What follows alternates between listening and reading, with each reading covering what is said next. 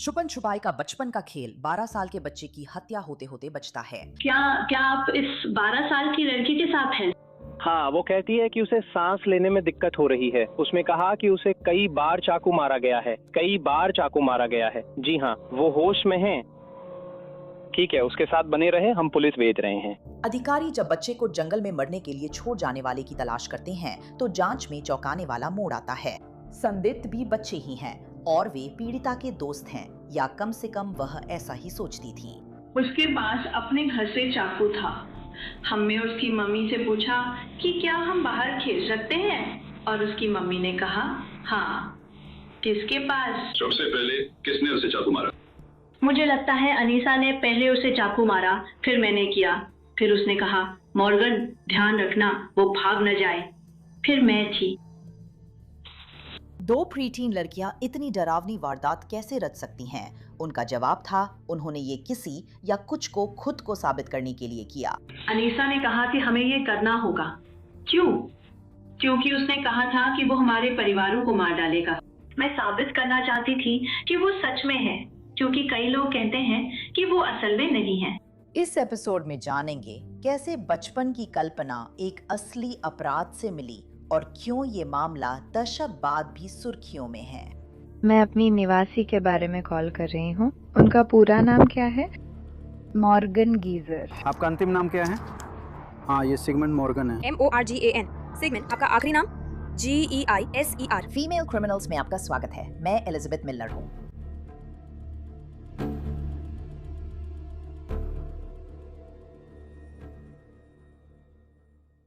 Waukesha, Wisconsin, यहीं पर हम इस हफ्ते की फीमेल क्रिमिनल्स अनीसा वेयर और मॉर्गन गीजर से मिलते हैं। अनीसा का जन्म 10 नवंबर 2001 को हुआ था। मॉर्गन का जन्म 16 मई 2002 को हुआ था। मॉर्गन गीजर को बचपन से जानने वाले पीपल उसे बेहद होशियार, कल्पनाशील और निराली बताते हैं। लेकिन प्राइमरी स्कूल में उसे अलग थलग माना जाता था और उसके ज्यादा दोस्त नहीं थे। चौथी कक्षा में यह बदल जाता है जब उसकी एक सहपाठी उसे अकेले बैठा देखती है। उसकी सहपाठी पैटन लॉटनर को लगता है कि किसी को भी अकेले नहीं बैठना चाहिए। वह मॉर्गन के पास बैठती है और दोनों तुरंत दोस्त बन जाती हैं। वे दोनों साथ में ड्राइंग करती, बाहर खेलती और एक दूसरे के घर पर स्लीप ओवर करती। पैटन मॉर्गन को अपनी सबसे अच्छी दोस्त मानती है और मॉर्गन पैटन को अपनी इकलौती दोस्त मानती है। छठी कक्षा तक पहुंचते ही अनीसा वेयर लड़कियों की जिंदगी में आ जाती है। छठी कक्षा में अनीसा उसी अपार्टमेंट कॉम्प्लेक्स में रहने आई जहां मॉर्गन गाइजर रहती थी। वे स्कूल बस में हर दिन एक दूसरे को देखती और दोस्त बन गईं। अनीसा और मॉर्गन का रिश्ता वाकई दिलचस्प था। उन्हें गुड़िया या बॉय बैंड जैसी लड़कियों वाली चीजें पसंद नहीं थीं। इसके बजाय वे इंटरनेट पर मिलने वाली डरावनी कहानियों के जरिए एक दूसरे के करीब आई। अनीसा और मॉर्गन को क्रीपी पास्ता नाम की चीज में दिलचस्पी हो जाती है। डरावनी क्रीपी पास्ता असल में शहरी किंवदंतियां या डरावनी कहानियां होती हैं जिन्हें इंटरनेट पर साझा और कॉपी किया जाता है। एक खास किंवदंती है जिसमें अनीसा और मॉर्गन को खास दिलचस्पी हो जाती है, स्लेंडरमैन। स्लेंडरमैन एक बिना चेहरे वाला काल्पनिक किरदार है, लेकिन मॉर्गन और अनीसा उसके प्रति ऐसे जुनूनी हो जाती हैं मानो वह सचमुच असली हो। पेटन को ये बिल्कुल पसंद नहीं, उसे ये चीजें बहुत डरावनी लगती हैं। अनीसा से नई दोस्ती के बाद पेटन को मॉर्गन में बदलाव दिखने लगता है। पेटन को लगता है कि अनीसा निर्दयी है और शायद मॉर्गन से उसकी दोस्ती से जलती है, फिर भी वह उसे बर्दाश्त करती है। ध्यान दें, ये लड़कियां मिडिल स्कूल में हैं। लगभग हर लड़की ने ऐसी दोस्ती की परेशानियां झेली हैं, लेकिन अनीसा और मॉर्गन की दोस्ती अलग थी। मई 2014 तक उन्होंने साधारण मिडिल स्कूल की परेशानियों से कहीं ज्यादा खतरनाक चीज बना ली थी। एक जैसी दीवानगी ने उन्हें एकजुट कर दिया था और वे खतरनाक बन चुकी थीं। 30 मई 2014 को मॉर्गन, अनीसा और पैटन मॉर्गन का 12वां जन्मदिन मनाने एकत्र होती हैं। शुरुआत सामान्य होती है। वे रोलर रिंक में जाती हैं और फ्रोजन योगर्ट भी खाती हैं। लड़कियां बाकी रात मॉर्गन के घर स्लम्बर पार्टी में बिताती हैं। अगली सुबह जब लड़कियां उठती हैं तो मॉर्गन अपनी माँ से पूछती है कि क्या वह और बाकी लड़कियां पास के पार्क में जा सकती हैं। आमतौर पर मॉर्गन को बिना बड़े के वहां जाने की इजाजत नहीं होती, लेकिन जन्मदिन पर माँ ने उसे और उसकी दोस्तों को अकेले जाने दिया। मॉर्गन और अनीसा चाहती हैं कि पेटन छुपन छुपाई खेले, इसलिए वे उसे वॉकेशा के डेविड्स पार्क के जंगल में दूर तक ले जाती हैं और जमीन पर लेटकर खुद को पत्तों से ढकने को कहती हैं। पेटन को लगता है कि वह खेल रही है, लेकिन आगे जो होता है वह खेल नहीं है। एक आपकी आपातकालीन स्थिति का पता क्या है? मैं 12 साल की लड़की के पास हूँ, उसे चाकू मारा गया है। क्या कहा आपने? उसे चाकू मारा गया है। चाकू मारा गया है।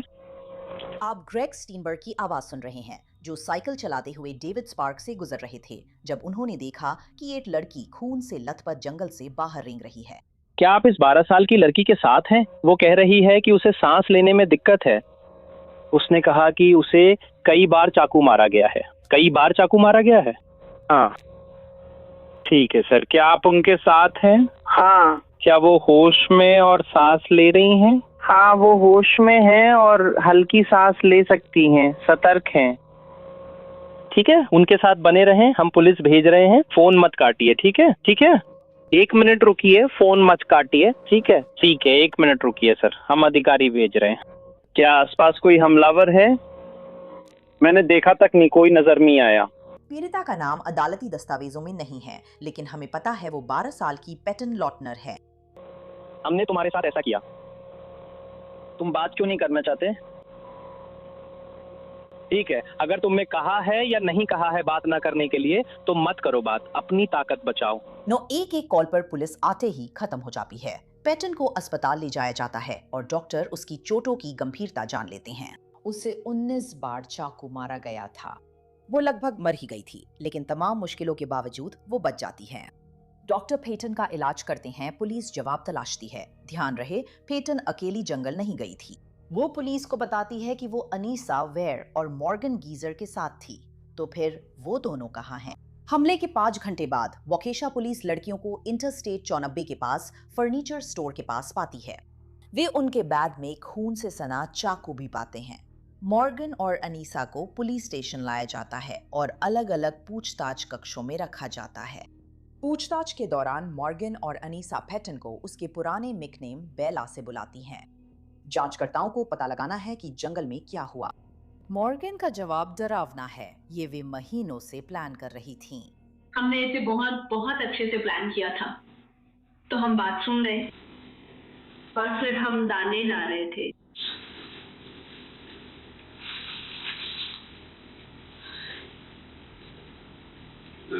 फिर उसने तैरने का सुझाव दिया।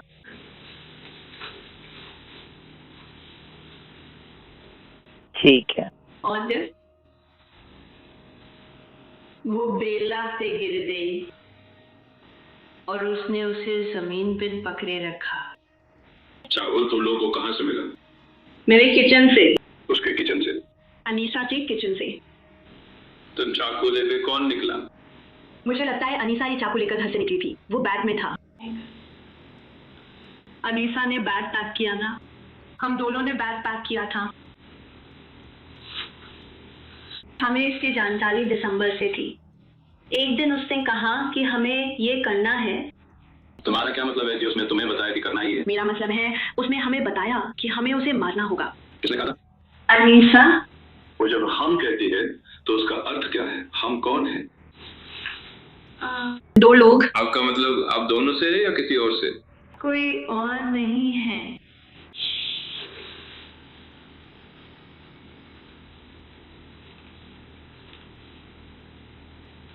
तुम लोग काफी समय से ये खेल खेल रहे हो। मैंने अभी अभी पता लगाया है। वो 4वीं कक्षा से मेरी सबसे अच्छी दोस्त थी। कौन थी? पेटन। तो तुमने पेटन क्यों चुना? मैंने नहीं चुना। उसे किसने चुना? जिसकी चर्चा अनीसा कर रही थी।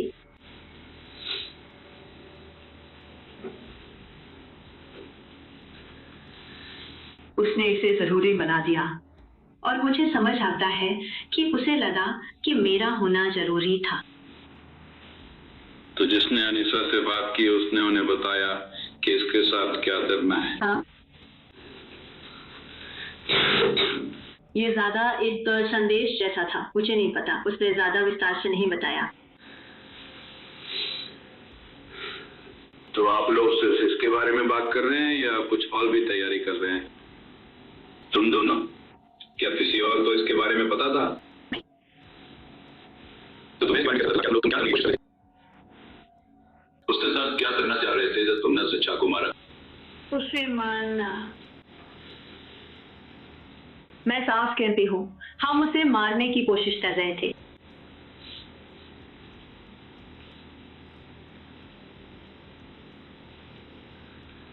मुझे नहीं पता क्यों जरूरी था कि वही हो, लेकिन ये बहुत जरूरी लग रहा था।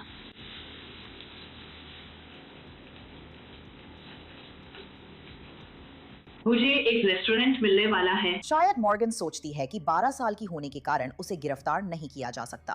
डिटेक्टिव ने पूछा कि उसने और अनीसा ने पेटन को जंगल कैसे ले गई। मॉर्गन मानती है कि उसने उन कुछ लोगों में से एक को धोखा दिया जिसे वो सच में अपनी दोस्त कह सकती थी। आखिरी बात जो उसने मुझसे कही थी वो थी, मैंने तुम पर भरोसा किया था। और फिर उसने कहा, मुझे तुमसे नफरत है।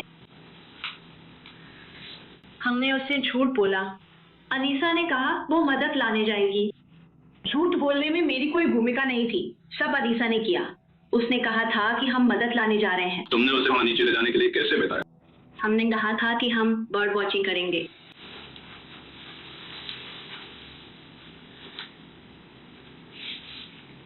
तुम पर भरोसा करने वाले लोग भोले होते हैं, और ये कुछ हद तक दुखद था।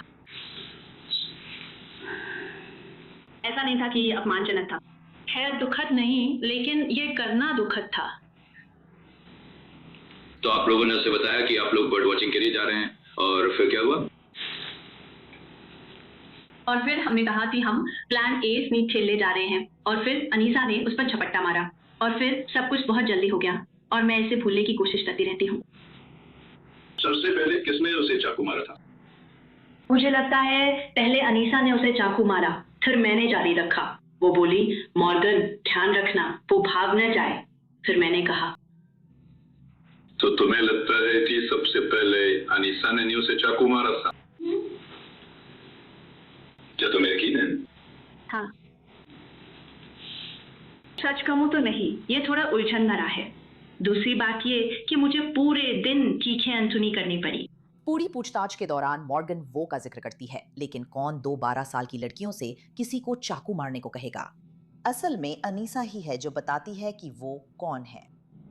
तो एक वेबसाइट है जिसका नाम है क्रीपी पास्ता विकी। ठीक है। इसमें बहुत सारी डरावनी कहानियां होती हैं जो आपको जानबूझकर डराने के लिए लिखी जाती हैं, जैसे कि साहित्य के जरिए और ऐसी ही चीजों के माध्यम से। और उनमें से एक का नाम स्लेंडरमैन है। ये सच में स्लेंडरमैन जैसा है। ये स्लेंडरमैन है। स्लेंडरमैन। ठीक है। और हमारे पास ये प्रॉक्सी या शर्मन्स थे, जैसा लोग उन्हें कहते थे। मास्टी और टाइट। और मॉर्गन ने कहा, हे अनीसा, हमें प्रॉक्सी बनना चाहिए। और मैंने कहा, ठीक है, हम ऐसा कैसे करेंगे?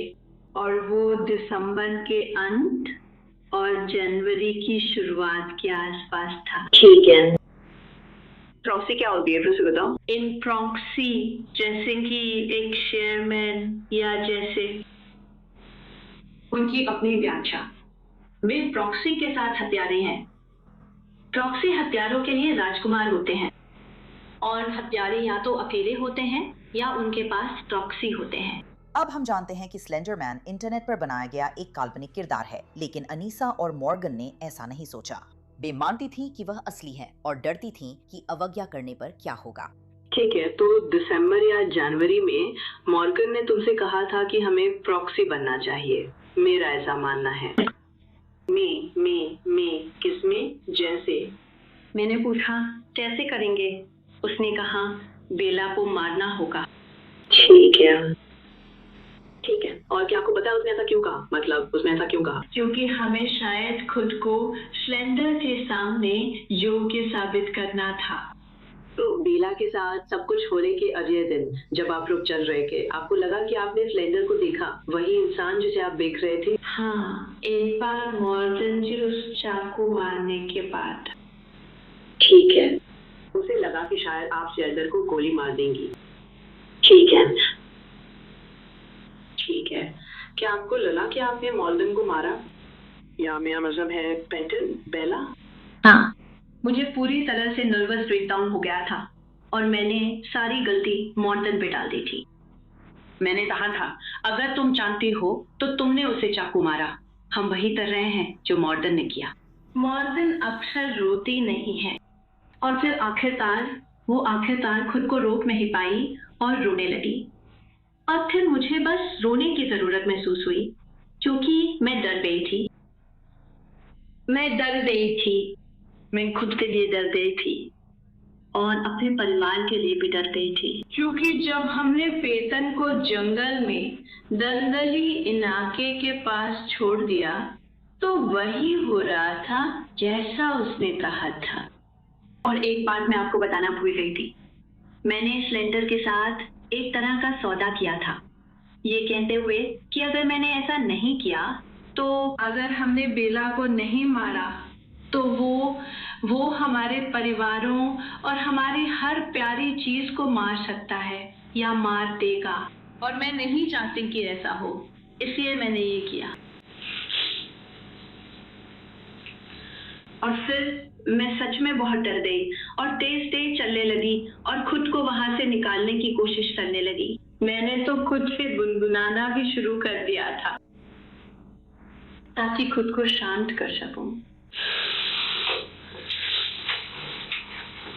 जब मॉर्गन ने कहा कि अगर हम स्लेंडर के लिए ये नहीं करते तो हमारे परिवार या प्रियजनों को मार दिया जाएगा, क्या तुम सच में इस पर विश्वास करती हो?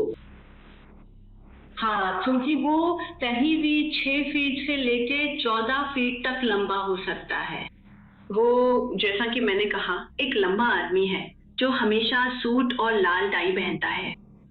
उसका चेहरा नहीं है, उसकी त्वचा सफेद है और अपनी मर्जी से वो अपनी पीठ से इन लंबे तंतुओं को फैला सकता है और अपने शिकारों को गला घोंट सकता है। जैसा कि सभी क्रीपीपास्ता में बताया गया है कि वो ज्यादातर बच्चों को निशाना बनाता है। ठीक है, तो मैं सच में डर गई थी ये जानकर कि स्लेंडरमैन, आप जानते हैं, आपके पूरे परिवार को 30 सेकंड में खा सकता है।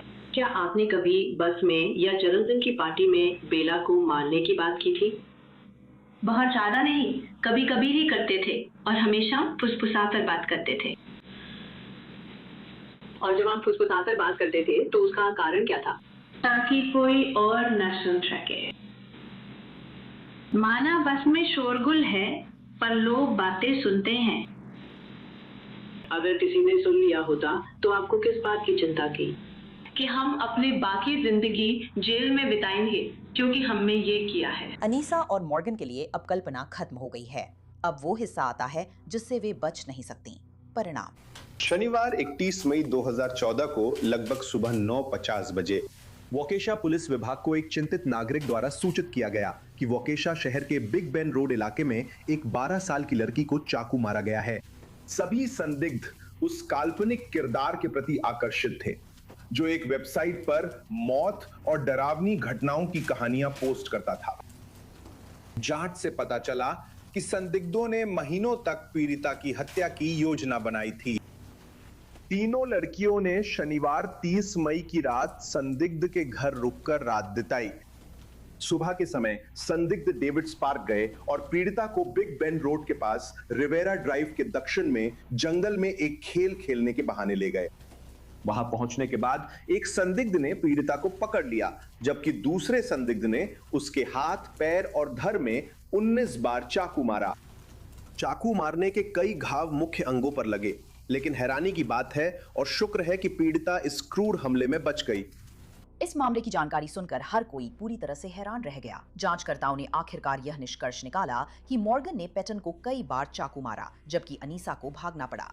मिडिल स्कूल की 2 लड़कियां ऐसा चौंकाने वाला अपराध कैसे कर सकती हैं? वोकेशा पुलिस प्रमुख ने सभी माता पिता को जरूरी चेतावनी दी है। इंटरनेट ने हमारी जिंदगी बदल दी है। इसमें जानकारी और मनोरंजन दोनों के लिए बेहतरीन साइटें हैं। इंटरनेट बुरी और खतरनाक चीजों से भी भरा हो सकता है।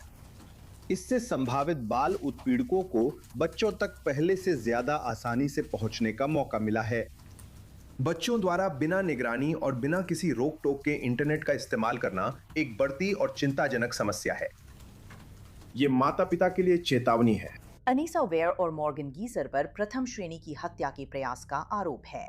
जिला अटॉर्नी ने बताया कि लड़कियों पर किशोर नहीं वयस्क अदालत में मुकदमा चलेगा। इसके बाद मामला अंतर्राष्ट्रीय स्तर पर चर्चा में आता है।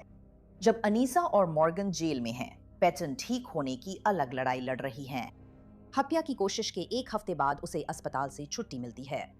उसकी शारीरिक चोटें तो आखिरकार ठीक होंगी, लेकिन मानसिक रूप से ठीक होने में समय लगेगा। पेटन ने मॉर्गन को दोस्त माना था। अब मॉर्गन और अनीसा पर पेटन को चाकू मारकर जंगल में मरने के लिए छोड़ने का आरोप है। वह साहस के साथ स्कूल लौटती है, लेकिन पेटन कई साल तक डर और सदमे में रहती है। बाद में एक इंटरव्यू में उसने माना कि मॉर्गन और अनीसा की वजह से वो तकिए के नीचे टूटी कैंची रखकर सोती थी। 2014 से 2017 तक मॉर्गन और अनीसा के मामले अदालतों में चलते रहे। इन वर्षों में उन्हें सुरक्षित किशोर बंदी गृह में रखा गया, पर वे कुछ समय राज्य अस्पतालों में भी रहीं। कई बार उनकी योग्यता की जांच करवाई जाती है ताकि ये तय किया जा सके कि क्या लड़कियां मुकदमे का सामना करने के लिए सक्षम भी हैं या नहीं। 2017 तक उनमें से एक का मामला आगे बढ़ता है। अनीसा वेयर अपने खिलाफ लगे आरोप में दोष स्वीकार करती है, लेकिन एक मोड़ के साथ।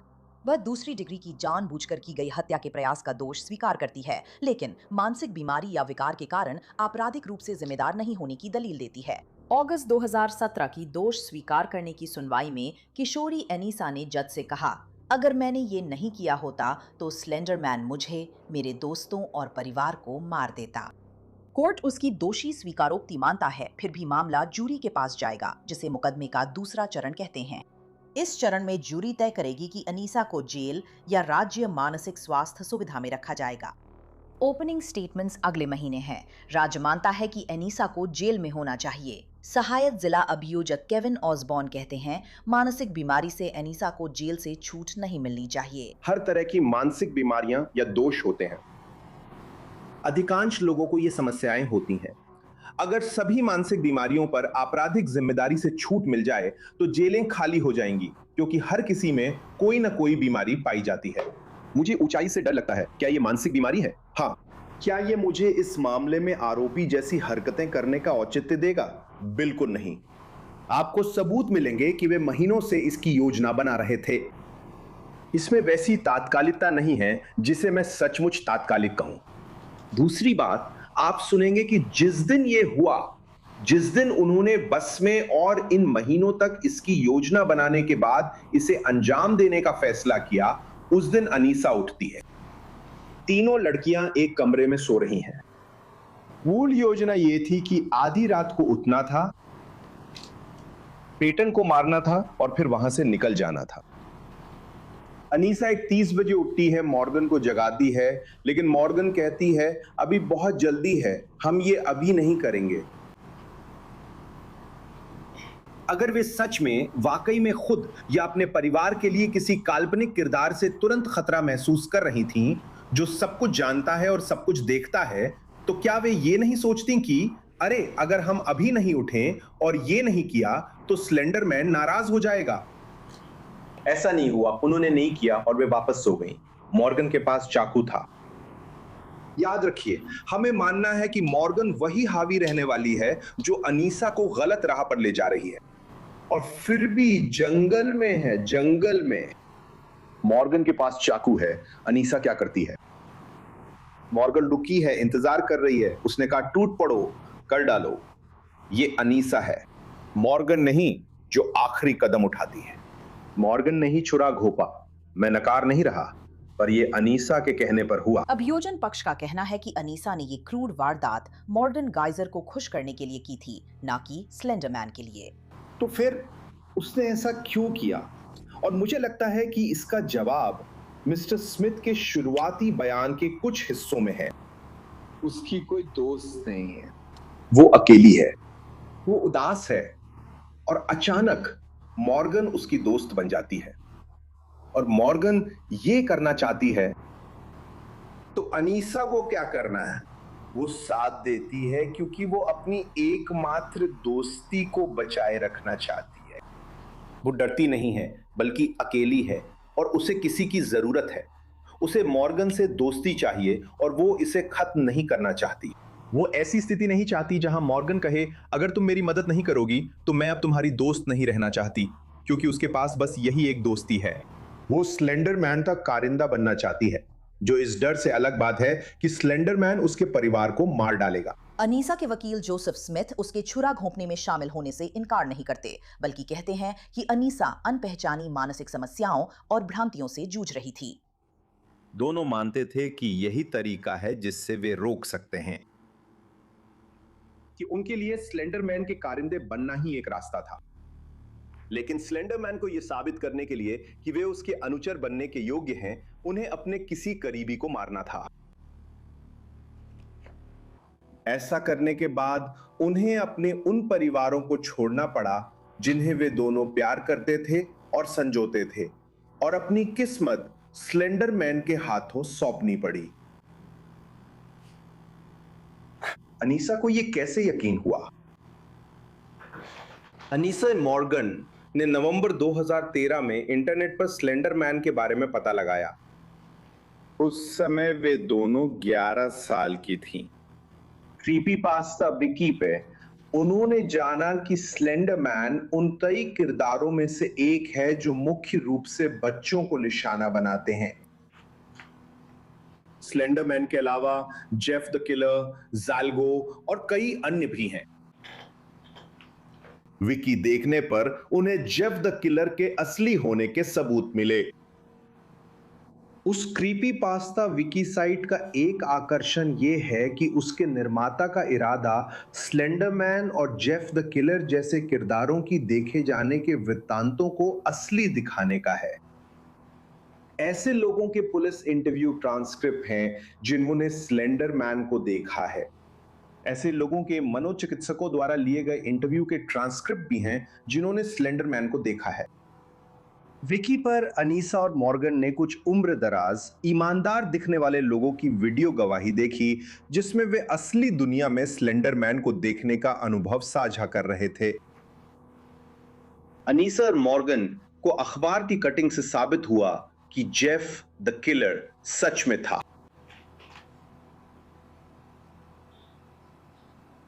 तो उन्हें पता था कि स्लेंडर मैन मौजूद है और उन्हें यह भी पता था कि वो पास ही है। तो खुद को और अपने परिवारों को बचाने के लिए उन्हें कुछ करना ही था। डॉक्टर माइकल कॉल्डवेल, जो बाल मनोविज्ञान के क्षेत्र के विशेषज्ञ हैं, हमने उनसे तुरंत संपर्क किया क्योंकि हम शुरू से ही किसी विशेषज्ञ से जानना चाहते थे कि आखिर ऐसा क्यों हुआ। उन्होंने जुलाई 2014 से उसके साथ कई बार मुलाकात की, यानी यह घटना होने के तुरंत बाद ही। उन्होंने उसका निदान स्किज़ोटाइपल के रूप में किया। मुझे पता है कि आपने शायद पहले यह शब्द नहीं सुना होगा, लेकिन यह मानसिक विकार स्किज़ोफ्रेनिया स्पेक्ट्रम के अंतर्गत आता है। बहुत से लोग ऑटिज्म स्पेक्ट्रम से परिचित हैं। किसी व्यक्ति में ऑटिज्म के लक्षण अलग अलग स्तर पर हो सकते हैं। जैसे ऑटिज्म स्पेक्ट्रम होता है, वैसे ही सिज़ोफ्रेनिया का भी स्पेक्ट्रम होता है, जिसे डॉक्टर समझाएंगे। लेकिन इसका मतलब अनीसा के लिए यह था कि उसमें गैर हकीकत या भ्रम पर आधारित विश्वासों को आसानी से स्वीकार करने की प्रवृत्ति है। मॉर्गन को भी सिज़ोफ्रेनिया का निदान हुआ है। अनीसा और मॉर्गन दोनों एक साथ एक भ्रमपूर्ण आदेश के नियंत्रण और प्रभाव में आ गए जिसे वे दोनों साझा करते थे। साझा भ्रमात्मक विकार में दो करीबी लोग वास्तविकता से परे विचारों या विश्वासों को दृढ़ता से मानते हैं। मुख्य और द्वितीयक व्यक्ति उस बहुत करीबी संबंध के कारण भ्रमपूर्ण विश्वासों के आदान प्रदान के आगे झुक जाते हैं। तो अनीसा और मॉर्गन दोनों 11 साल की लड़कियां एक दूसरे से मिली और उसके थोड़े समय बाद ही अनीसा ने वास्तविकता से संपर्क खो दिया और उस भ्रम का शिकार हो गई। मुकदमे के इस चरण में सबूत पेश करने की जिम्मेदारी बचाव पक्ष की होती है। वे अपना मामला शुरू करते हैं किसी ऐसे व्यक्ति को बुलाकर जो अनीसा को सबसे अच्छी तरह जानता है, उसके पिता विलियम वायर। जब वो प्रेरी मिडिल स्कूल, माफ कीजिए प्रेरी ग्रेड स्कूल में थी, तो क्या कभी ऐसा समय आया जब घर में कुछ कठिनाई थी?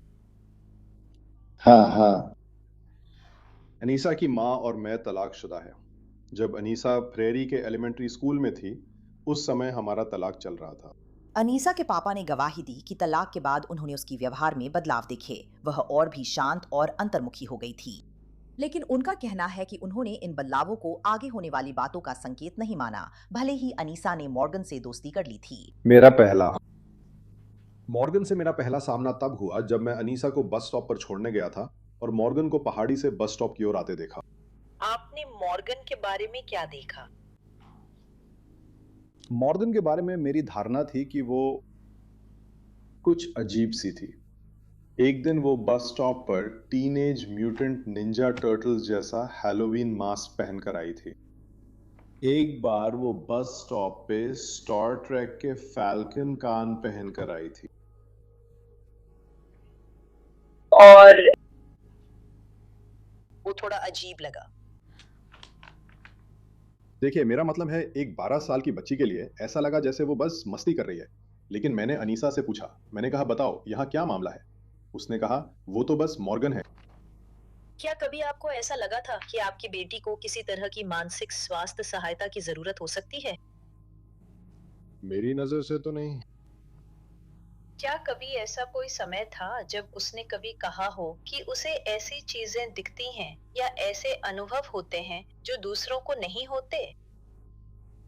एक बार ऐसा हुआ था जब अनीसा करीब 10 साल की थी। वो रात को सोने के लिए बिस्तर पर चली गई थी। थोड़ी ही देर बाद उसने अपनी माँ और मुझे आवाज लगाई थी। तुम जानते हो, उसने अपनी अलमारी में कुछ देखा था जो उसे देख रहा था। तो मतलब 10 साल के बच्चे का वही अलमारी में राक्षस वाला डर। हमने लाइट जला दी, हमने अलमारी खोली, वहां कुछ भी नहीं था। हमने उससे पूछा कि उसने क्या देखा। उसका कहना है कि उसने अपनी अलमारी से उसे घूरती हुई लाल आंखों की एक जोड़ी देखी थी। उसे शांत करने के लिए हमने सोचा। उसके बेडरूम की खिड़की ईस्ट एवेन्यू की ओर थी। उसके बेडरूम में बहुत चमकीले गुलाबी रंग के पर्दे लगे हुए थे। तो मैंने उससे सवाल किया था कि आप जानती हो, क्या तुम्हें लगता है कि यह मुमकिन है कि शायद किसी की कार की हेडलाइट्स गुलाबी पर्दों से होकर आई हों और वही चीज तुम्हें अपनी अलमारी में दिखी हो? उसने हाँ कहा और वहीं बात खत्म हो गई। उस रात वो बिना किसी और परेशानी के सो गई। जूरी को अनीसा की पूर्व सहपाठी से भी सुनने को मिलता है, जिसे केवल KN के नाम से पहचाना गया है। लेकिन क्या KN की गवाही ने बचाव पक्ष के मामले में मदद की या अभियोजन पक्ष की? क्या आपको याद है कि आपने कभी अनीसा से प्रॉक्सी पर बात की थी? हाँ। क्या आपको याद है कि आपने अनीसा से उसकी प्रॉक्सी बनने की इच्छा पर बात की थी? हाँ, मुझे याद है कि ये सिर्फ एक बार हुआ। क्या आपको पता है कि वो 31 मई 2014 से पहले था? हाँ। ठीक है। क्या आपको याद है अनीसा ने प्रॉक्सी बनने पर क्या कहा था? उसमें कुछ ऐसा कहा था कि मैंने प्रॉक्सी बनने का तरीका ढूंढ लिया है, तुम्हें अपने दोस्तों में से किसी को मारना होगा। जब मैंने उसकी तरफ देखा जैसे कि तुम क्या कह रही हो, वो बोली चिंता मत करो, वो तुम नहीं हो। अनीसा ने तुम्हें सिर्फ एक बार बताया था कि प्रॉक्सी कैसे बना जाता है, सही है? हाँ। जब उसने बताया तुम्हारा रिएक्शन क्या था? मैं थोड़ी कंफ्यूज थी, लेकिन मुझे नहीं लगा था कि वो सच में ऐसा कुछ करेगी, क्योंकि वो ऐसी इंसान नहीं लगती थी। एक्सपर्ट्स की राय जाने। Forensic psychologist doctor Michael Caldwell से सुनिए। सबसे पहले मुझे लगता है कि कुछ दिन उसकी मानसिक अवस्था ऐसी थी कि वह सच में स्लेंडर मैन पर विश्वास करती थी। वो मानती थी कि उसके और मॉर्गन गीजर के बीच एक खास समझ थी कि आप जानते हैं स्लेंडर मैन असली है, और किसी और के पास वो समझ नहीं थी। भ्रमात्मक विकार का दूसरा घटक यह है कि व्यक्ति को लगता है कि उसे अपने भ्रम के अनुसार काम करने के लिए मजबूर किया जा रहा है। इसी वजह से यह विकार कहलाता है। अगर किसी व्यक्ति को कोई भ्रम है और वो बस अपने घर में बैठा रहता है, वीडियो गेम खेलता है या कुछ भी करता है और कभी भी उस भ्रम के अनुसार काम नहीं करता, तो वो एक भ्रम है, लेकिन वो भ्रमात्मक विकार नहीं है। भ्रमात्मक विकार वाले लोग अक्सर दुनिया या परिवार को बचाने जैसी मजबूरी महसूस करते हैं और उसे छोड़ नहीं पाते। और इसमें दो हिस्से होते हैं। एक ये कि क्या उसने अपने व्यवहार की गलतता को पूरी तरह समझा था। मुझे लगता है उसने समझा था कि यह अपराध है और गिरफ्तारी हो सकती है, लेकिन ये मानना कि यह एक बुरी शक्ति थी जिसे उसके अलावा और कोई नहीं समझ सकता था। सिर्फ वह और मॉर्गन गेसर। इसने उस पर एक नैतिक जिम्मेदारी डाल दी थी कि वो खुद और परिवार को इस भयानक चीज़ से बचाने की कोशिश करे। और उसके दिमाग में मुझे लगता है कि वो परोपकार की भावना से काम कर रही थी, कि वो किसी को बचा रही थी। और ये एक बहुत ही कठिन नैतिक निर्णय था। मुझे नहीं लगता कि उसे अपने व्यवहार की गलतता पूरी तरह समझ में आई, भले ही वो इसे गैरकानूनी मानती थी। मुझे नहीं लगता कि उसमें इस व्यवहार की गलतता को पूरी तरह से समझने की क्षमता थी। दूसरी बात, अगर आप पूरी तरह नहीं समझते कि आप क्या कर रहे हैं तो उसके सभी परिणाम और बाकी चीज़ें नहीं समझ पाते। अगर मानसिक विकार के कारण आप ऐसा नहीं कर सकते तो आप कानून के अनुसार कार्य करने में सक्षम नहीं होते और ऐसा कदम उठाने के लिए मजबूर हो जाते हैं। अवैध है, लेकिन आप अपने कार्यों को पूरी तरह नियंत्रित नहीं कर पाते क्योंकि आप नहीं समझते कि आप क्या कर रहे हैं। कई दिनों की गवाही के बाद हर पक्ष को जूरी के सामने आखिरी बार अपना मामला पेश करने का मौका मिलता है। अगर आप इस पूरी बात को संक्षेप में कहें तो यह बहुत सरल है। बात बस इतनी है, क्या उसे करना पड़ा या वो चाहती थी? अगर उसे लगता है कि उसे करना पड़ा, अगर वो सच में मानती थी कि स्लेंडरमैन उसे या उसके परिवार को मार देगा, तो शायद वो कानून की शर्तों का पालन नहीं कर सकती थी। लेकिन ये कोई मजबूरी नहीं थी, ये मारो या मरो वाली स्थिति नहीं थी। इसमें अजीब बात यह थी, मुझे खतरे का पता नहीं चला जब तक मॉर्गन ने पैटन को चाकू नहीं मारा। यही उसने डिटेक्टिव ट्रूसोनी को बताया। यही सच है। यह मारो या मरो वाली स्थिति नहीं थी, ये उसकी इच्छा थी। और चूंकि यह उसकी इच्छा थी, वह कानून की आवश्यकताओं का पालन कर सकती थी। ये उसका फैसला था। इस मामले में आपके पास सिर्फ यही सबूत है कि अनीसा वीर मानसिक बीमारी या दोष के कारण आपराधिक जिम्मेदारी से मुक्त होने के मानक पर खरी उतरती हैं। 3 डॉक्टरों ने निदान किया है कि उसे मानसिक बीमारी या दोष की श्रेणी में आने वाला भ्रमात्मक विकार है। उन्होंने समझाया कि वो भ्रम इतना प्रबल था कि उसने अनीसा को अपने व्यवहार को कानून की आवश्यकताओं के अनुसार ढालने से रोक दिया। डॉक्टर कैलवेल, जिन्होंने अपराध के 2 महीने से कम समय बाद अनीसा को देखा, मानते थे कि अनीसा को ये पता था कि ये गैर कानूनी है, लेकिन वो इसकी गलतता को नहीं समझ पाई थी। डॉक्टरों ने सारी जानकारी की समीक्षा करने के बाद, जिसमें रिकॉर्ड किए गए बयानों की पूरी सामग्री भी शामिल थी, ये निष्कर्ष निकाले। और फिर से, जैसा कि मैंने कहा, शायद सबसे महत्वपूर्ण बात ये है कि उन्होंने ये भी देखा कि जब ये बच्चे स्लेंडरमैन, क्रीपी पास्ता और स्लेंडर मैंशन में जीवन के बारे में सीख रहे थे, तब उनके दिमाग में क्या डाला जा रहा था। नागालाई जंगल में जहां वे जा रहे थे, उन्हें पता था कि दोनों लड़कियों ने क्या कहा था। उन्हें पुलिस रिपोर्ट से पता था। जूरी पर बड़ी जिम्मेदारी थी और वे जल्दी नहीं फैसला लेते। निर्णय से पहले वे 11 घंटे विचार विमर्श करते हैं। कोर्ट फैसला सुनाएगी। हम जूरी ये निर्णय लेते हैं। प्रश्न 1, जब अपराध किया गया था, क्या अभियुक्त को मानसिक बीमारी या दोष था? जवाब हाँ है, 10 बनाम 0 मतों से। कोर्ट, मैं फैसले को स्वीकार करता हूं। इसके आधार पर मैं पाता हूं कि अनीसा वायर को मानसिक बीमारी या दोष के कारण आरोपित अपराधों में दोषी नहीं पाया गया, जिनमें जानबूझकर दूसरी डिग्री हत्या का प्रयास, अपराध में सहभागिता जिसमें खतरनाक हथियार का इस्तेमाल किया गया शामिल है। अब 16 साल की हो चुकी अनीसा जेल जाने से बच गई है। जब अनीसा सजा का इंतजार कर रही है, मॉर्गन का मामला आगे बढ़ रहा है। वह जूरी ट्रायल न कराने का फैसला करती है और अभियोजकों से एक समझौता स्वीकार कर लेती है, जिससे वह भी जेल जाने से बच जाती है। अनीसा की तरह मॉर्गन भी राज्य मानसिक स्वास्थ्य सुविधा में सजा काटेगी। मॉर्गन की सजा 2018 की शुरुआत में तय होगी। दिसंबर 2017 में अनीसा वायर की सजा सुनाई जाती है। हमने उनसे 3 साल पहले पुलिस पूछताछ के बाद से कुछ नहीं सुना है। अब हम फिर से उनकी बात सुन रहे हैं। क्या उन्हें कोई पछतावा है? मैं बस चाहती हूँ कि इसमें शामिल सभी लोग जान लें कि मैं इसके लिए खुद को जिम्मेदार मानती हूँ और मैं जो भी करना पड़े वो करूँगी, ताकि यह सुनिश्चित कर सकूँ कि मुझे फिर से कभी कोई भ्रम या कुछ भी ना हो, और मैं चाहती हूँ कि इसमें शामिल सभी लोग जान लें कि मुझे उस दिन जो कुछ भी हुआ उसका गहरा अफसोस है, और मुझे मालूम है कि मैं कुछ भी कहूँ उससे ये ठीक नहीं होगा माननीय न्यायाधीश, और मैं कुछ भी कहूँ उससे जो मैंने तोड़ा है वह ठीक नहीं हो सकता। मैं बस यही उम्मीद कर रही हूँ कि खुद को कुछ हद तक जिम्मेदार ठहराकर और उस दिन जो मैंने किया उसकी जिम्मेदारी लेकर कि मैं जिम्मेदार बनूंगी और सुनिश्चित करूंगी कि ऐसा फिर ना हो, दोबारा ऐसा नहीं होने दूंगी।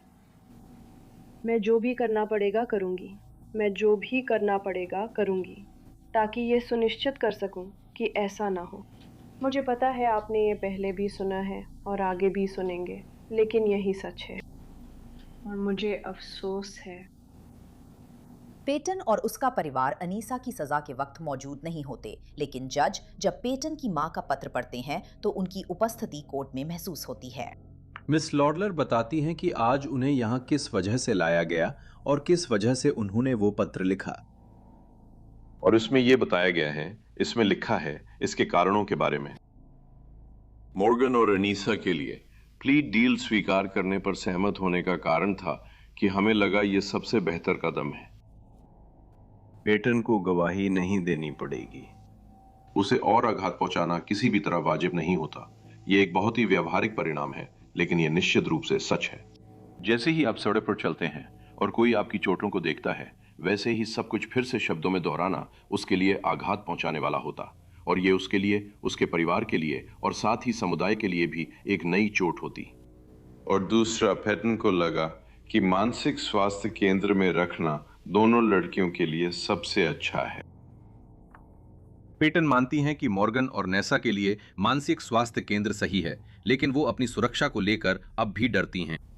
वो अब भी अपनी खिड़कियां बंद, ताले लगे और सुरक्षा लैच लगाए हुए ही सोती हैं। वो अब भी अपने पर्दे खोलने से मना करती हैं। ये पत्र याद दिलाता है कि मामला स्लेंडर मैन या मीडिया सनसनी से जुड़ा नहीं है। ये उस बारे में है जो पेटन लॉनर के साथ हुआ, 12 साल की लड़की जिसे बिना वजह लगभग मार डाला गया। जज ने अनीसा को 25 साल तक विनेबागो मानसिक स्वास्थ्य संस्थान में इलाज का आदेश दिया। फरवरी 2018 में मॉर्गन गीजर को उसकी सजा पता चलती है। मैं संतुष्ट हूं कि मिस गीजर के खिलाफ पर्याप्त सबूत हैं कि वो खतरा पैदा कर सकती है और उसके खतरनाक आचरण करने की आशंका है। वह खुद दूसरों या संपत्ति को गंभीर नुकसान पहुंचाने के जोखिम में है। सबसे सुरक्षित तरीका, सबसे अच्छा तरीका यह सुनिश्चित करने के लिए कि मिस गीजर सफल हों और जनता की सुरक्षा बनी रहे, यह है कि उन्हें संस्थागत देखभाल मिले। जब मैं सब कुछ एक साथ देखता हूं, तो 40 साल तक संस्थान में रखने का आदेश इस मामले की अनूठी परिस्थितियों को ध्यान में रखते हुए उचित और न्याय संगत प्रतीत होती है। इसलिए मैं आदेश देता हूं कि प्रतिबद्धता 40 साल की हो। यह बहुत लंबा समय है, और जब मैं इसके बारे में सोचता और विचार करता हूं, तो 15 साल के बच्चे के लिए 40 साल कितना लंबा समय है। फिर भी इसमें सिर्फ मिस गाइजर से ज्यादा है। हमारी कुछ हद तक ध्यान इस पर है कि आज उनकी स्थिति क्या है, लेकिन यह समुदाय की सुरक्षा का मामला है। यह एक ऐसा मुद्दा है जिससे यह सुनिश्चित किया जा सके कि फिर से अपराध ना हो। ये एक ऐसा मुद्दा है जिससे यह सुनिश्चित किया जा सके कि मिस गाइजर के साथ ऐसा ना हो कि वो बार बार समुदाय में लौटें और फिर सब कुछ बिगड़ जाए और वो वापस आ जाएं। मॉर्गन को इलाज के लिए विनीबैगो मेंटल हेल्थ इंस्टीट्यूट भेजा गया। कई साल तक ये मामला बंद ही रहा। अगली बार जब ये मामला फिर से राष्ट्रीय सुर्खियों में आया, वो 2019 में था, जब पेटन ने पहली बार कैमरे पर इंटरव्यू के लिए एबीसी के डेविड मोयर के साथ बैठकर बातचीत की। 2019 में पेटन 17 साल की हो गई है। वो अब भी उस हमले के शारीरिक निशान अपने साथ लिए हुए है जिसने उसकी जान लगभग ले ली थी। वो एबीसी न्यूज को बताती है कि उसके निशान अब उसकी जिंदगी का हिस्सा हैं और छुपाने जैसा कुछ नहीं है। पेटन से पूछा जाता है अगर उसे मॉर्गन से कुछ कहना हो तो क्या कहेगी। हैरानी की बात है कि वह कहती है कि शायद वो उसे धन्यवाद कहेगी, क्योंकि उसी हमले ने उसे आज का इंसान बनाया। उसे लगता है अब उसका मकसद दूसरों की मदद करना है। वो कहती है कि वो चिकित्सा में करियर बनाना चाहती है क्योंकि डॉक्टरों और नर्सों ने उसकी जान बचाई थी। लेकिन जैसे ही फाइटन अपनी जिंदगी में आगे बढ़ती है, अनीसा की कहानी एक नए अध्याय में प्रवेश करती है जब वह राज्य मानसिक स्वास्थ्य सुविधा से रिहाई के लिए आवेदन करती है। 10 सितंबर 2021 तक अनीसा 19 साल की हो चुकी है। 23 साल इलाज के बाद वो उसी जज के सामने है जिसमें सालों पहले उसे दशकों के लिए राज्य मानसिक स्वास्थ्य सुविधा में भेजा था। हालांकि इस बार वो सजा नहीं तय कर रहे हैं।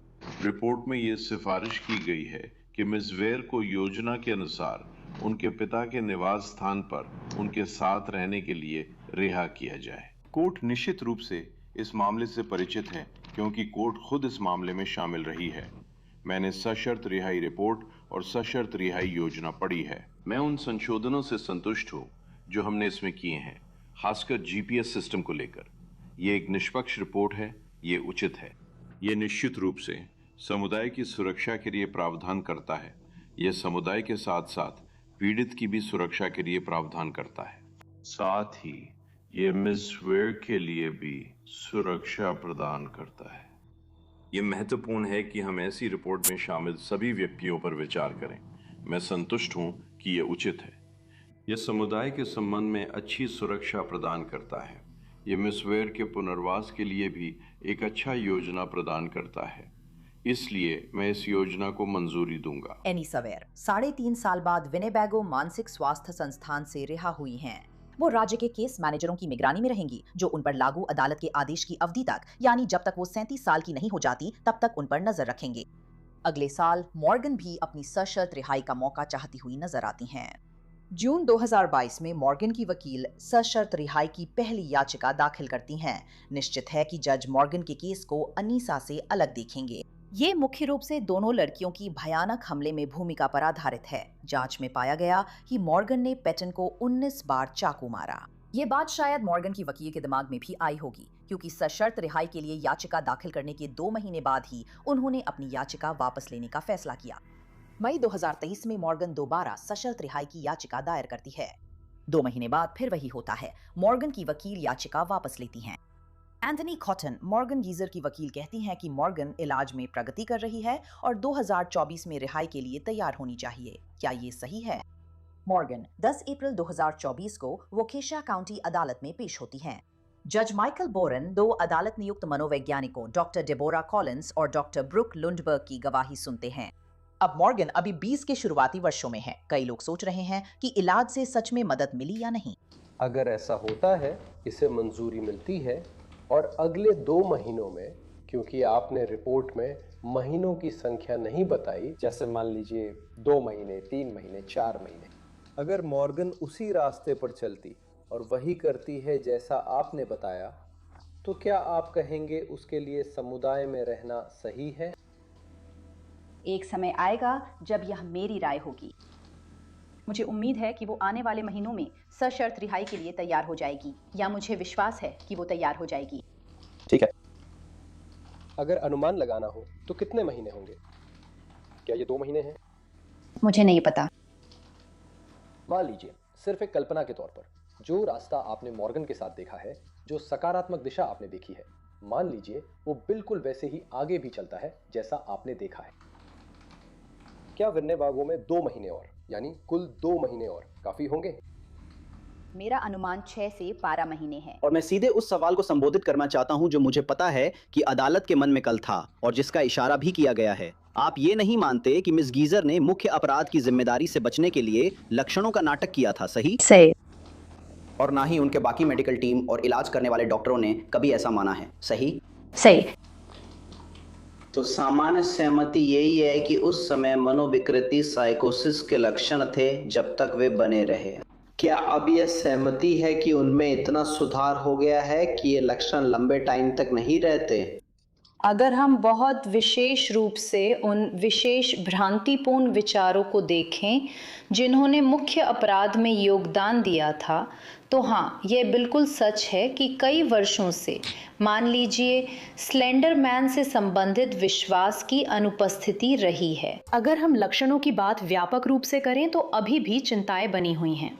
रक्षा पक्ष के अलावा केवल 2 गवाह हैं जो मॉर्गन की सशर्त रिहाई के पक्ष में हैं। डॉक्टर केनेथ रॉबिन्स और डॉक्टर काले पोप, आपका मॉर्गन और उसकी सशर्त रिहाई की याचिका के बारे में विशेष रूप से क्या मत है? मेरा मत है कि यह उसके लिए सशर्त रिहाई का उपयुक्त समय है। आपने रिपोर्ट में कहा था कि अभी उसका रिहा होना आदर्श है। अभी ऐसा क्यों है? क्योंकि मॉर्गन में काफ़ी नाटकीय रूप से सुधार हुआ है और अब उसे ऐसी चीज़ों की ज़रूरत है जो संस्था अब उसे नहीं दे सकती। मुझे लगता है विनेबैगो में रहने से मॉर्गन को कई तरह से फ़ायदा हुआ, लेकिन अब वह उस स्थिति में है जहां विनेबैगो उसकी और मदद नहीं कर सकता। इस समय ऐसा कोई संकेत नहीं है कि वह खतरनाक है, और मेरी नज़र में मॉर्गन को जिन चीज़ों की ज़रूरत है, सामाजिकता में मदद, शिक्षा में मदद, स्वतंत्र बनने में मदद, ये वे चीज़ें हैं जो अब विनेबैगो प्रभावी तरीके से प्रदान नहीं कर सकता। ठीक है, तो अब विनोबागो में उसके लिए कोई और इलाज नहीं बचा है। अब विनोबागो में उसके लिए कोई और इलाज नहीं बचा है। तो और भी इलाज हैं, लेकिन मुझे लगता है विनेबागो में रहने का नुकसान है। वो वहाँ मिलने वाले इलाज से होने वाले फायदे से कहीं ज़्यादा है। क्या आप जानते हैं कि दोनों ही मॉर्गन को अभी सशर्त रिहाई के योग्य नहीं मानते? मैंने इस बारे में उनकी गवाही सुनी थी और उनका मानना है कि मॉर्गन अभी भी खुद को या दूसरों को शारीरिक नुकसान पहुंचाने का एक बड़ा जोखिम बनी हुई है। मैंने उनकी गवाही सुनी थी, माफ कीजिए, मैंने इस बारे में उनकी गवाही सुनी थी। क्या आप इससे सहमत नहीं हैं? मैं शायद डॉक्टर रॉबिन्स के मूल्यांकन से अधिक सहमत हूँ। मॉर्गन में कई सालों से कोई खतरनाक प्रवृत्ति नहीं रही, और मैं सच में मानती हूँ कि इस समय उसके लिए समुदाय में जाना बहुत जरूरी है ताकि उसकी निरंतर प्रगति में मदद मिल सके।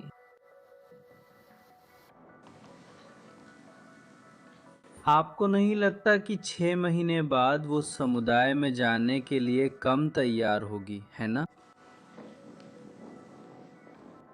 नहीं, लेकिन मुझे लगता है कि जैसा कि डॉक्टर रॉबिन्स ने बताया, विकास के लिए जो महत्वपूर्ण समय होता है वह अब समाप्त हो रहा है।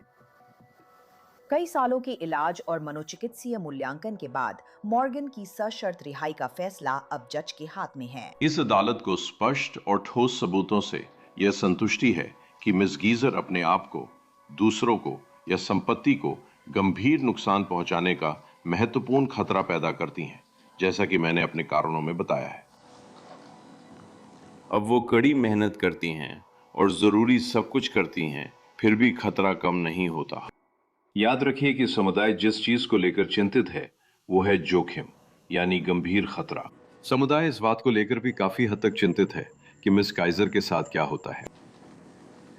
अंतिम निर्धारण कि कोई कितना खतरनाक है, इसके लिए समाज के हितों की, हानिकारक व्यवहार से सुरक्षा की और बरी हुए व्यक्ति के व्यक्तिगत स्वतंत्रता और स्वायत्तता के हितों के बीच सावधानी पूर्वक संतुलन की आवश्यकता होती है। तो यही संतुलन है, लेकिन झुकाव जनता के उस हित की ओर है कि उसे हानिकारक आचरण से सुरक्षित रखा जाए। इन हालात में अदालत को संतुष्टि है कि तराजू जनता के पक्ष में स्पष्ट और ठोस सबूतों के आधार पर झुकता है। तो इस मामले में सभी विश्वसनीय साक्ष्य सुनने के बाद, जिसे राज्य और बचाव पक्ष दोनों ने बहुत अच्छे से प्रस्तुत किया, मुझे संतुष्टि है कि याचिका को खारिज कर देना चाहिए। मॉर्गन की सशर्त रिहाई अभी खारिज हुई है, लेकिन जज ने 6 महीने बाद दोबारा आवेदन का विकल्प खुला रखा है। 6 जनवरी 2025 को मॉर्गन अगली सुनवाई के लिए अदालत जाती है। क्या 9 महीने सच में इतना फर्क लाते हैं? इस समय मैं उसकी सशर्त रिहाई की याचिका के समर्थन में हूँ। विशेष रूप से मुझे नहीं लगता कि वो वर्तमान में अपने आप को, दूसरों को या संपत्ति को कोई बड़ा नुकसान पहुंचाने का गंभीर खतरा पैदा करती है। उसके सुरक्षात्मक कारकों में उसकी बौद्धिक और समस्या सुलझाने की क्षमता शामिल है। उसने तनाव को संभालने के लिए अपनी मुकाबला करने की क्षमताओं में सुधार किया है, जिस पर उसने वर्षों की चिकित्सा और विनेबागो में अपनी उपचार टीम की सहायता से काम किया और उन्हें विकसित किया। उसमें आत्मनियमन, भावनात्मक आत्मनियमन की बेहतर और प्रदर्शित क्षमता है। तो संस्थान में तनाव को संभालना इसकी आवृत्ति को कम करना, कल्पना का उपयोग करने के लिए या उपयोग करने के लिए मुझे लगता है मैं कहूंगी कि वो सामना करने के लिए कल्पना का सहारा लेती है या अपने आप में सिमट जाती है, और उसकी एक स्पष्ट प्रेरणा भी है आगे चलकर सक्रिय रूप से समाज उपयोगी जीवन पथ अपनाने की भी। संस्थान में दवा और उपचार दोनों के प्रति उसका अनुपालन उल्लेखनीय है। संस्थान में उसके व्यवहार प्रबंधन में कोई समस्या नहीं है, ना ही उसने संस्थान में दूसरों के प्रति या अपने प्रति कोई हिंसा दिखाई है। ये सभी बातें इस समय उसकी सशर्त रिहाई के लिए तैयार होने का अच्छा संकेत देती हैं। क्या ये आपकी राय है कि इससे वो कम खतरनाक हो जाएगी? अगर मिस काइजर को ग्रुप होम में जाने और एक व्यक्ति के रूप में अपने विकास को बढ़ाने का मौका दिया जाए तो वह कम खतरनाक हो जाएंगी। मुझे नहीं लगता कि वह दूसरे लोगों के लिए खतरनाक होंगी, चाहे वह विन्नेबैगो में रहें या नहीं। समय के साथ जोखिम हो सकता है कि अगर वह विन्नेबागो जो कुछ भी उन्हें दे सकता है, अगर वह उन्हीं तक सीमित रह जाती हैं, तो मैं सोच सकता हूं कि किसी समय वह निराश हो सकती हैं और संभवतः अपने लिए खतरा बन सकती हैं। तो हाँ, विडंबना ये है कि मुझे लगता है वह विनोबैगो के बाहर ज्यादा सुरक्षित रहेंगी। जज जब नई गवाही और मॉर्गन के मूल्यांकन की समीक्षा करते हैं तो इस बार नतीजा काफी अलग होता है। तो मैं जब सभी रिपोर्ट्स और मामलों की समीक्षा कर रहा हूं तो मैं इस बात से संतुष्ट हूं। इन परिस्थितियों में अदालत रिहाई देने जा रही है। मैं इस बात से स्पष्ट और ठोस सबूतों के आधार पर संतुष्ट हूं कि वर्तमान परिस्थितियों में मिस गाइजर अपने या दूसरों को शारीरिक नुकसान पहुंचाने या गंभीर संपत्ति को नुकसान पहुंचाने का कोई बड़ा खतरा नहीं है। मैं निष्कर्ष निकालते समय जो हुआ उसे ध्यान में रखता हूं। मैं 2014 में जो हुआ था उसकी खतरनाक प्रकृति को भी ध्यान में रखता हूं। मैं यह भी ध्यान में रखता हूं कि तब से अब तक, खासकर पिछले 6 महीनों में क्या हुआ है। मैं डॉक्टरों की राय को भी ध्यान में रखता हूं, डॉक्टरों की, लेकिन खास तौर पर, और ये कोर्ट के लिए एक महत्वपूर्ण विश्लेषण रहा है, जैसा कि रैंडल फैसले में भी इस बारे में बात की गई है। खतरनाक होने का अंतिम निर्धारण समाज के हित में हानिकारक व्यवहार से सुरक्षा और बरी किए गए व्यक्ति के व्यक्तिगत स्वतंत्रता और स्वायत्तता के हित के बीच सावधानी पूर्वक संतुलन की मांग करता है। रैंडल मामले को देखते हुए, और रैंडल में क्या हुआ था और रैंडल की परिस्थितियां क्या थीं, अगर जब मैं रैंडल की तुलना गीजर से करता हूं तो वाकई में फर्क है। उस मामले में, रैंडल के मामले में, पर्यवेक्षित रिहाई को अस्वीकार करने के तर्क में और इस मामले में जबरदस्त अंतर है। जब मैं उस खतरनाक होने की अवधारणा को तौलता हूं और वापस देखता हूं कि क्या हुआ और अब तक क्या प्रगति हुई है, तो मिस गीजर मिस्टर रैंडल की तरह रिहाई की याचिका और उसकी अस्वीकृति की उसी श्रेणी में नहीं आती। इस आधार पर याचिका स्वीकृत कर आदेश दिया जाता है। जज ने मॉर्गन की रिहाई मंजूर की, लेकिन कोर्टरूम से तुरंत नहीं जा सकती। मानसिक स्वास्थ्य विशेषज्ञों को ये तय करते हुए रिहाई योजना बनानी होगी कि वो कहाँ रहेंगी। अनीसा के विपरीत मॉर्गन की रिहाई योजना में उनके परिवार के पास घर जाना शामिल नहीं है। इसके बजाय उन्हें एक ग्रुप होम में रहने का आदेश दिया गया है। मॉर्गन और उनकी बचाव पक्ष के वकील के लिए ये एक जीत है। मॉर्गन जो करेंगी, मुझे पूरा विश्वास है कि मॉर्गन अच्छा करेंगी। मेरा मतलब है, जाहिर है, अब ये उन्हीं पर निर्भर करता है कि वे अपनी समस्याओं का समाधान करें और इसे गंभीरता से लें। हम केवल इतना ही कर सकते हैं और हमारे पास कभी भी भविष्य देखने का कोई जादुई तरीका नहीं होता, जाहिर है। वह सही हैं, कोई भविष्यवाणी नहीं कर सकता, लेकिन नवंबर 2025 में उनके शब्दों का अर्थ बदल जाएगा। मैं अपने एक निवासी के बारे में कॉल कर रही हूँ। ठीक है। वो कल रात चली गई और उसने अपना जीपीएस मॉनिटर जो उसके टखने पर था उतार दिया। ठीक है, उसका पूरा नाम क्या है? Morgan geyser. ये एक बुरा सपना है। खबर आते ही मैंने तुरंत पैटन और उसके परिवार को याद किया। सालों तक उन्हें चिंता थी कि ऐसा कुछ हो सकता है। अब वे अपने सबसे बुरे डर का सामना कर रही हैं। मॉर्गन के ग्रुप होम से कॉल करने वाला व्यक्ति बताता है कि एक बहुत बड़ी उम्र की दोस्त थी जो अक्सर मॉर्गन से मिलने आना चाहती थी।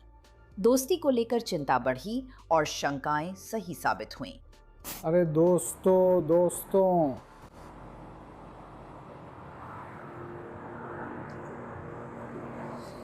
अरे तुम लोग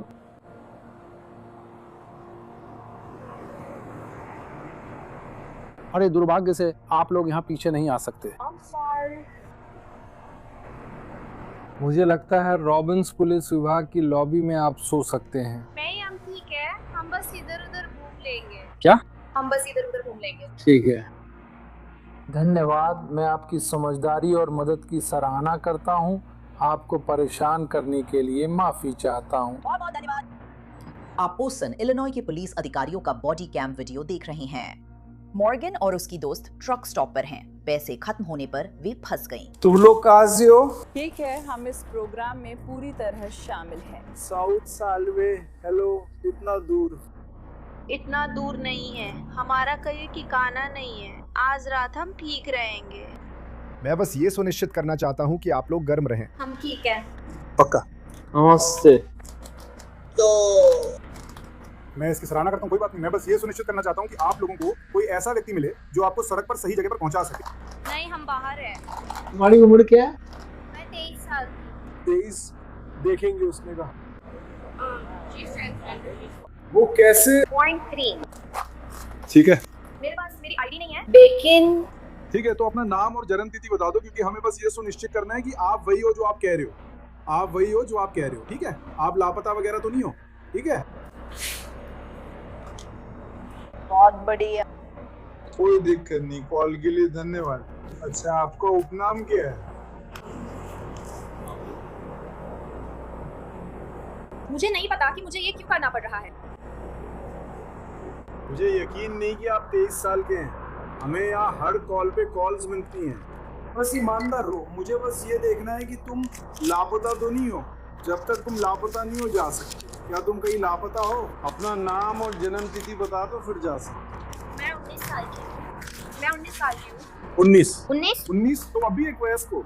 तो हाँ, तो तुम्हारा उपनाम क्या है? पता है क्या? मैं तुम्हें अपना नाम नहीं देना चाहती। ठीक है, तो फिर हम तुम्हें गिरफ्तार करने जा रहे हैं। हम जा रहे हैं और तुम्हारा पहचान पत्र ले रहे हैं। हम तुम्हें थाने में रोककर तुम्हारी पहचान करेंगे।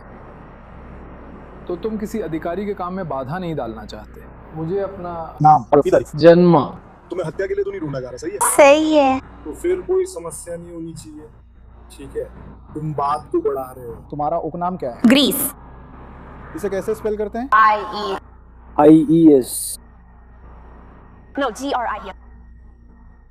ठीक है। GRIES। आपका पहला नाम क्या है? स्टेफनी। तो स्टेफनी,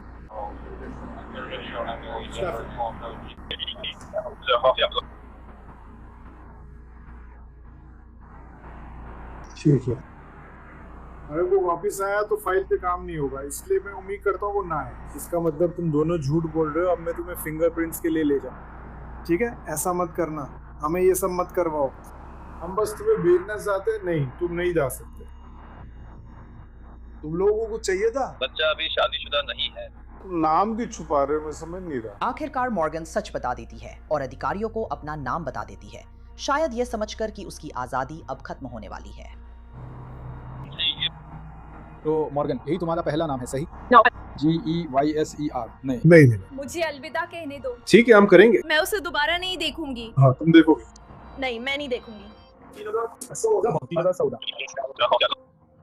मुझे अलविदा कहने दो। हम आपको अलविदा कहने देंगे, लेकिन जरा रुके रहिए जब तक हम पूरी तरह समझ न लें कि क्या हो रहा है। मैं वादा करता हूँ कि आपको अलविदा कहने दूंगा, चाहे मैंने कुछ भी किया हो। हाँ, चाहे कुछ भी हो। उपनाम, ये मेरा वादा है। ठीक है। तुम मेरे साथ ईमानदार हो, मैं भी ईमानदार हूँ। यही मेरा नाम है। भरोसा करो, मैं तुम्हें अपना नाम नहीं बताना चाहता था। तुम तुरंत देखो भी क्यों? लेकिन उसे मेरा नाम नहीं पता था। अपना हाथ उठाओ। तुमने कहा था कि मैं अपना नाम बता सकता हूँ, मैं तुम्हें अपना नाम बताने दूंगा। क्या आप लोग एक ही जगह जाते हो? ठीक है। मैं वादा करती हूँ कि उसे नहीं पता था। ठीक है, ठीक है, ठीक है। माफ कीजिए, माफ कीजिए।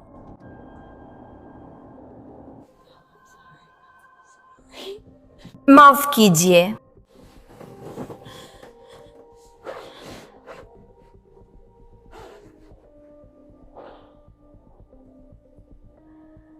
मुझे बहुत अफसोस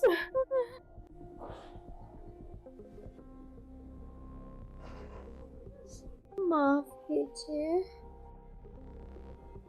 मुझे बहुत अफसोस है। मैं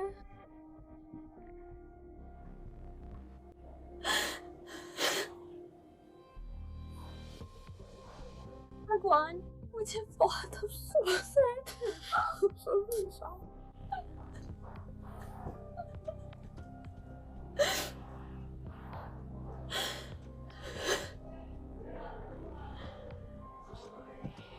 मुझे बहुत अफसोस है भगवान।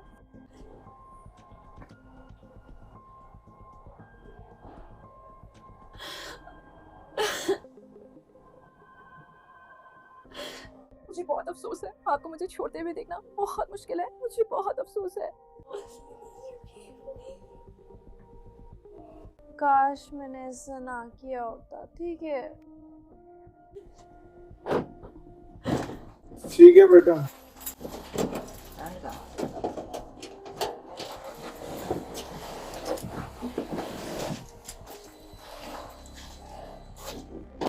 मॉर्गन को ग्रुप होम लौटने की अनुमति नहीं मिलती और उसे गिरफ्तार करके फिर से पुलिस हिरासत में ले लिया जाता है। दिसंबर 2025 में मॉर्गन की सशर्त रिहाई रद्द हो जाती है और उसे फिर से विनिबैगो मानसिक स्वास्थ्य संस्थान भेज दिया जाता है, जहां वो अब भी है। अनीसा वेयर अब भी सशर्त रिहाई पर अपने पापा के साथ रह रही है। मैं इस एपिसोड को पेटन लॉटनर का जिक्र किए बिना खत्म नहीं कर सकती, जो बच गई और इतना कुछ झेलकर उससे उबर भी गई। अब वह अपनी निजी जिंदगी जी रही हैं। जहां भी हों, हम आशा करते हैं कि उनकी सभी ख्वाहिशें पूरी हों। मेरे साथ जुड़ने के लिए धन्यवाद। मैं एलिजाबेथ मिलर हूँ। अगले हफ्ते एक और महिला अपराधी की कहानी के साथ फिर मिलेंगे।